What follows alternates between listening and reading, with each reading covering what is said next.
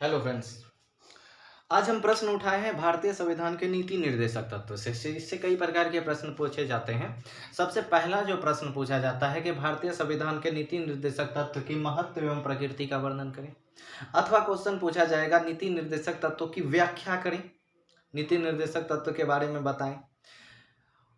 या प्रश्न पूछा जाता है जो सबसे महत्वपूर्ण पीसीएस या आईएएस लेवल का प्रश्न होता है कि नीति निर्देशक तत्व भारतीय संविधान में एक नूतन वर्ष में लिए गए संकल्पना की तरह है जिसका कोई महत्व नहीं होता है। नूतन वर्ष की संकल्पना मतलब नए नए वर्ष में रेजोल्यूशन जो लेते हैं आप कि इस साल जो है ये कर देंगे, वो कर देंगे, पहाड़ तोड़ लाएंगे, चांद पे पेड़ उगा देंगे, उसके बाद धरती को सुनसान कर देंगे। इस तरह का संकल्पना लेते रहते हैं हर साल नया साल पे, और उसका 2-4 सप्ताह बाद तो आप जानते हैं क्या होने वाला है, वो खत्म हो जाता है। तो इससे लेकर काफ़ी ज़्यादा कंट्राडिक्शन रही है। तो सबसे पहले बात कर लेते हैं नीति निर्देशक तत्व क्या है, समझने का प्रयास कीजिए। इस तो हम इंट्रो और उसके बारे में सब कुछ लिखे हुए हैं, और उसके बाद हम लोग अगला जो प्रश्न पढ़ेंगे इसमें नीति निर्देशक तत्व और मौलिक अधिकार में अंतर, जो बहुत ही महत्वपूर्ण प्रश्न होगा। ध्यान से स्थिर होके सुनिएगा तो आपका ये चैप्टर का सारा कॉन्सेप्चुअल क्लैरिटी क्लियर हो जाएगी। किसी प्रकार का कोई दिक्कत किसी एग्जाम में नहीं होने वाला है, बीपीएससी यूपीपीसीएस जैसे जो है किसी भी एग्जाम में नहीं होने वाला, ये क्लियर हो जाएगा। तो हम लोग स्टार्ट करते हैं। सबसे पहले समझिए नीति निर्देशक तत्व है क्या। देखिए, नीति का निर्देश है। नीति का मतलब क्या होता है, कोई अच्छी चीज, उसको नीति बोल सकते हैं। तो नीति का निर्देश है। हालांकि ये इसके बारे में है क्या कि ये संविधान के किस भाग में है, किस अनुच्छेद में, वो चर्चा बाद में करेंगे। पहले इसका समझने का प्रयास करते हैं, ये रहस्य क्या है, क्यों दिया संविधान निर्माताओं ने इनको संविधान में। ठीक, तो देखिए, संविधान निर्माताओं का उस समय जब संविधान बन रही थी तो देश की हालात ठीक नहीं थे। आर्थिक स्थिति गड़बड़ था, बेरोजगारी थी, जनसंख्या अनपढ़ था, समझ किसी को ठीक ठाक नहीं थी। तो ऐसी स्थिति में एक तो सरकार कमजोर थी क्योंकि उसके पास अर्थव्यवस्था नहीं था, सरकार की बातें मानने के लिए समझदार जनता नहीं थी। तो संविधान निर्माताओं ने एक बात कही कि एक ऐसा भाग बनाते हैं संविधान में जो सरकार को निर्देश देगी कि जब आप सक्षम हो तो इन चीजों को लागू कीजिएगा। क्योंकि विद्वानों का कहना है कि नीति निर्देशक तत्व को अगर पूरी तरह से लागू कर दिया जाए ना तो भारत धरती पर स्वर्ग हो जाएगा। ठीक, तो समझ सकते हैं इसका महत्व क्या है। तो क्या कही गई कि राज्य जब जब सक्षम होगा इनको धीरे धीरे लागू करते जाएगा। जैसे नीति निर्देशक तत्व तो देखिए संविधान के भाग 4 में है। किसमें है, भाग 4। 4 उंगली देखिए मेरा, कितने भाग में, 4। कहां से कहां तक, 36 से 51 तक। कहां थे, अनुच्छेद 36 से 51 तक, भाग 4, चैप्टर 4, आर्टिकल नंबर 36 to 51। तो नीति निर्देशक तत्व आर्टिकल 36 से 51 तक भाग 4 में शामिल किया गया है। ठीक, यहां तक क्लियर है, कोई दिक्कत नहीं है। तो जब नीति निर्देशक तत्व तो भाग 4 में शामिल है, आर्टिकल नंबर 36 से 51 तक शामिल है। अब देखिए क्या क्या सरकार सक्षम हुआ और लागू किया। सबसे पहले अनुच्छेद 40 पंचायती राज से संबंधित। आपको पता होगा कि जो है पंचायती राज कब लागू किया गया, 73वां और 74वां संविधान संशोधन। 73वां संविधान संशोधन जो है 1991 और 74वां संविधान संशोधन 92 पंचायती राज और नगर निकाय को लागू की गई। तो सरकार सक्षम हुआ, पंचायती राज को लागू कर दिया गया। उसी तरह अब बात कर चल रही है कि यूसीसी लागू किया जाए, यूनिफॉर्म सिविल कोड, जो किसमें है, अनुच्छेद 44 में है।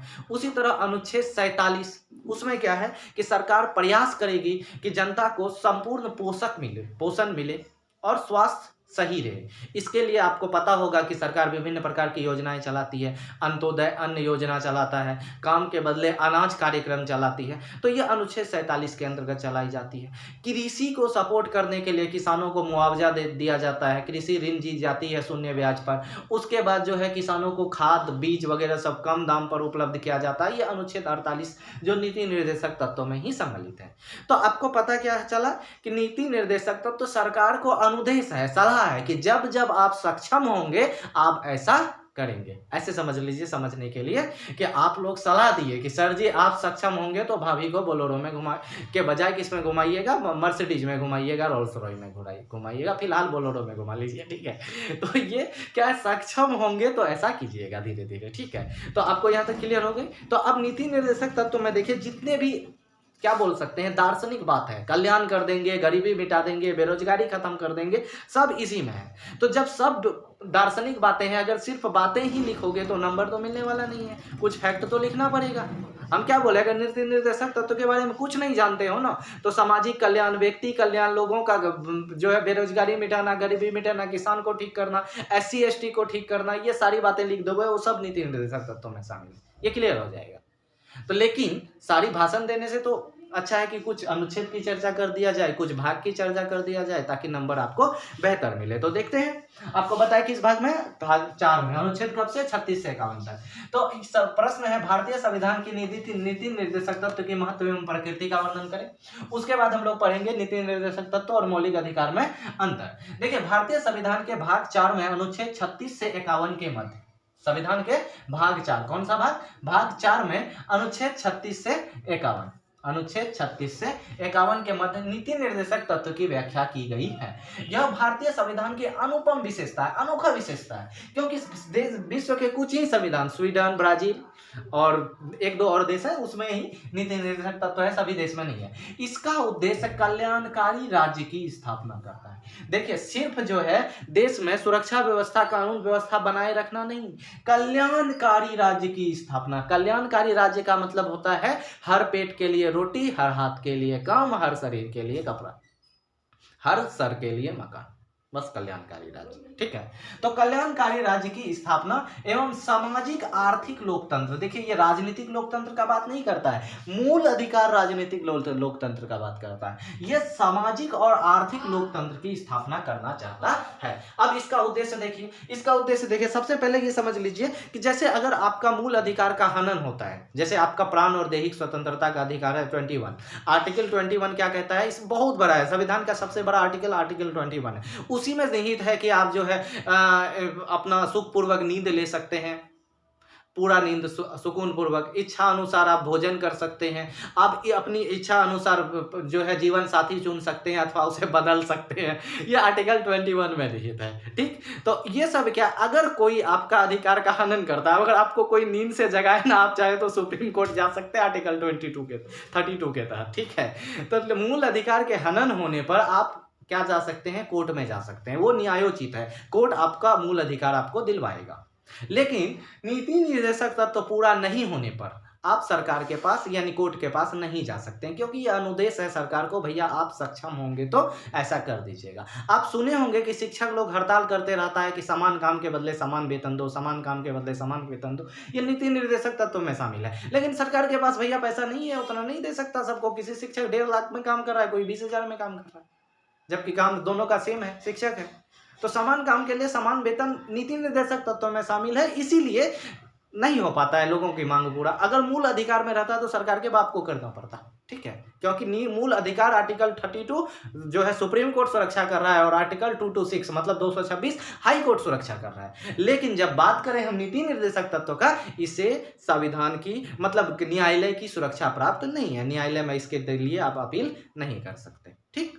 तो हम लोग बात कर सकते हैं कि जब न्यायालय में अपील नहीं कर सकते तो है क्या भाई, ये कानून बनाते वक्त, विधि बनाते वक्त राज्य इन तत्वों का ख्याल रखेगा, ध्यान रखेगा कि किसी धीरे धीरे हम जो है नीति निर्देशक तत्व को पूरा करते जाएं। तो राज्य विधि बनाते वक्त इन तत्वों का क्या करेगा, ध्यान रखेगा। यह विधायिका, कार्यपालिका और प्रशासन के लिए अनुदेश है। अब मान लीजिए कोई IPC, कोई CRPC या कोई आर्टिकल संविधान का काम नहीं कर रहा है, कोई ऐसा मामला आ गया प्रशासन के समक्ष कि संविधान का कोई काम नहीं कर रहा, IPC का धारा नहीं लग रहा है या CRPC का धारा नहीं लग रहा है, कोई ऐसा सामना आ गया, तो ऐसे में प्रशासन सोचेगा नीति निर्देशक तत्व तो कुछ कह रहा है, क्योंकि दर्शन शास्त्र सब कुछ कहता है। और आप बोले ये क्या है, दार्शनिक हिस्सा है, एक लाइन लिख सकते हैं, यह नीति निर्देशक तत्व तो संविधान की दार्शनिक हिस्सा है, ठीक है।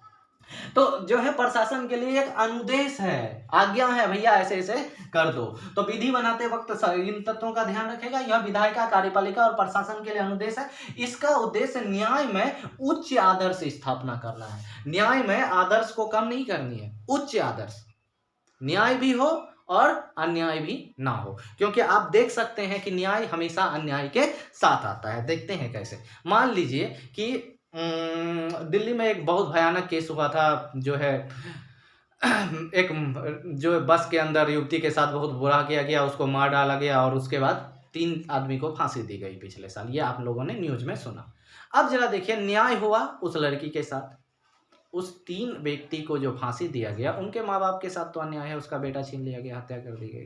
तो न्याय हमेशा अन्याय के साथ आता है। तो नीति निर्देशक तत्व तो कहता है भैया कुछ ऐसा न्याय हो जो उच्च आदर्श को लेकर आए, अन्याय कम हो। न्याय होगा तो किसी ना किसी के साथ अन्याय होगा ही, लेकिन अन्याय कम हो ये बात करता है कौन? नीति निर्देशक तत्व। यह सामाजिक एवं आर्थिक लोकतंत्र की स्थापना का प्रयास करता है। सामाजिक और आर्थिक, सामाजिक लोकतंत्र, समाज में छुआछूत ना हो, जातिवादी ना हो, मतलब ऊंच नीच ना हो, ये सामाजिक लोकतंत्र। आर्थिक लोकतंत्र मतलब क्या है कि समाज में किसी एक के पास बहुत ज्यादा धन ना हो और किसी के पास बिल्कुल ही धन ना हो, मतलब धन का केंद्रीकरण ना हो, विकेंद्रीकरण हो। तो सामाजिक और आर्थिक लोकतंत्र की स्थापना का प्रयास करता है। यह जनता के कल्याण को प्रोत्साहित करता है, मतलब जनता को बेहतर बनाने का प्रयास करता है। अब इस देखिए ये तो इसका महत्व है, और भी लिख सकते हैं, आपको समझ में आ गई ना नीति निर्देशक तत्व तो क्या कहता है, अब आप लिख सकते हैं। और अगला है प्रकृति। इसकी प्रकृति स्वीकारात्मक है, लोग इसे स्वीकार करते हैं, ठीक है। हालांकि अभी यूनिफॉर्म सिविल कोड लाएगा तो बहुत लोग नहीं करेंगे, क्या बोलते हैं उसको, खुजली हो जाएगा कुछ लोगों को।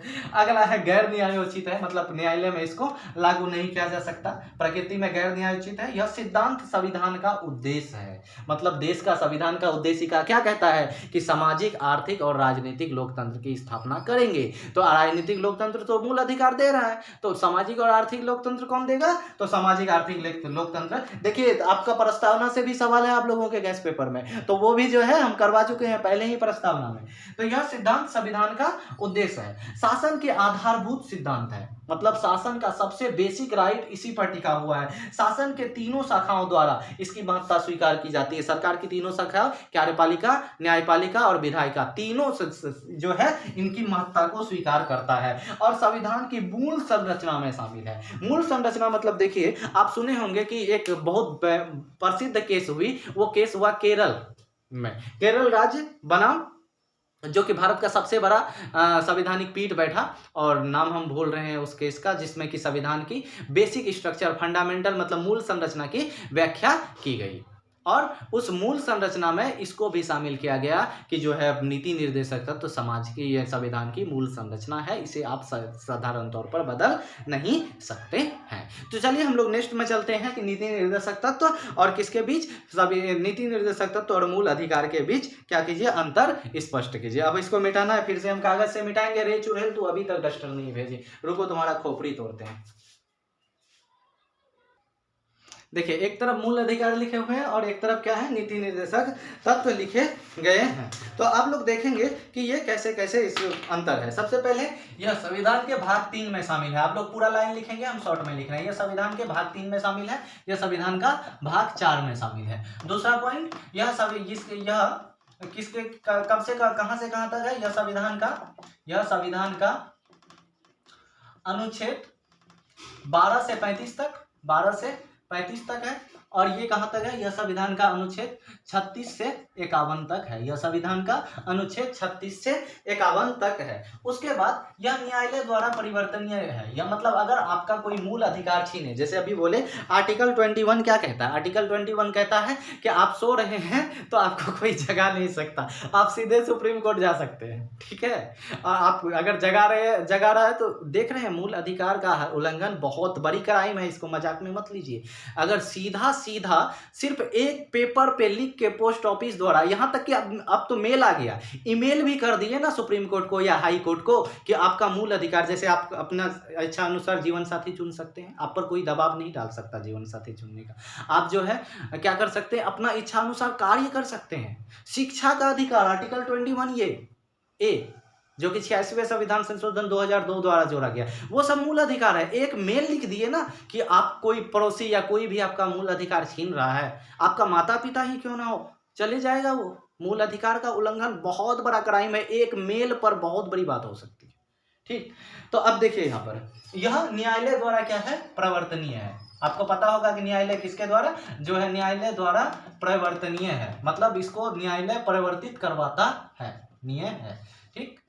और कब, आपको पता होगा कि ये supreme court article 32, high court कहाँ से 226 द्वारा परिवर्तित करता है। ये लिख भी सकते हैं, नहीं भी लिख सकते हैं आर्टिकल। और यह न्यायालय द्वारा परिवर्तनीय नहीं है, मतलब न्यायोचित नहीं है, ठीक। दूसरी बात, मूल अधिकार कहाँ से लिया गया है? अमेरिका के संविधान से लिया गया है, अमेरिका के संविधान से लिया गया है, ठीक। और ये कहाँ से लिया गया है?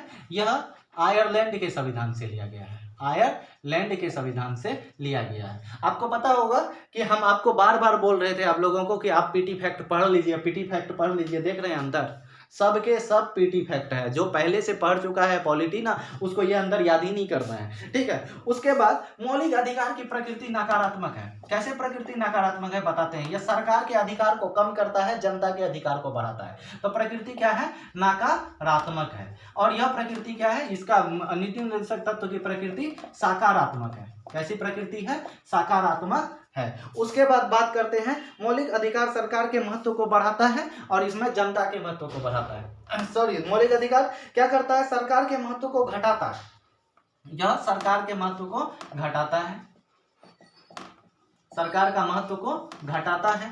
और ये क्या करेगा? सरकार के महत्व को बढ़ाता है, ठीक। अगला पॉइंट सातवां अगर हम बोल सकते हैं तो सातवां पॉइंट क्या बोलेगा? मौलिक अधिकार का उद्देश्य देश में राजनीतिक लोकतंत्र का स्थापना करना है। कैसा लोकतंत्र? राजनीतिक लोकतंत्र का स्थापना करना है। इसका उद्देश्य है देश में राजनीतिक लोकतंत्र का स्थापना करना।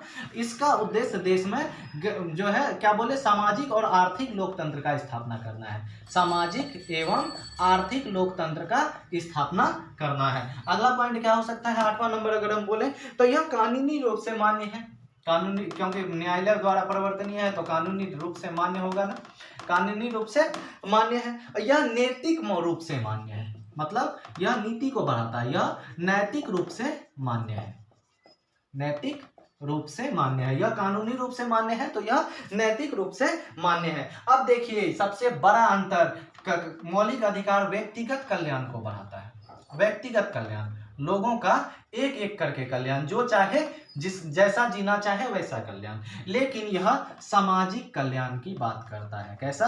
सामूहिक कल्याण या सामाजिक कल्याण की बात करता है। तो हमको पता है कि आप लोग अब इसको बेहतर ढंग से समझ गए होंगे। अब एक हिस्सा इसका रह गया जो कि आपके सिलेबस में तो नहीं है लेकिन आगे बहुत काम का है, जैसे बीपीएससी वगैरह का एग्जाम के लिए हम कोशिश करेंगे कि वो करा दें। लेकिन उससे पहले राष्ट्रपति का जो क्वेश्चन छोड़ा हुआ है उसको हम करवाएंगे। उसके बाद हम लोग आगे बढ़ेंगे, प्रधानमंत्री, राज्यपाल वगैरह के बारे में पढ़ेंगे। ठीक, मिलते हैं नेक्स्ट क्लास में। धन्यवाद।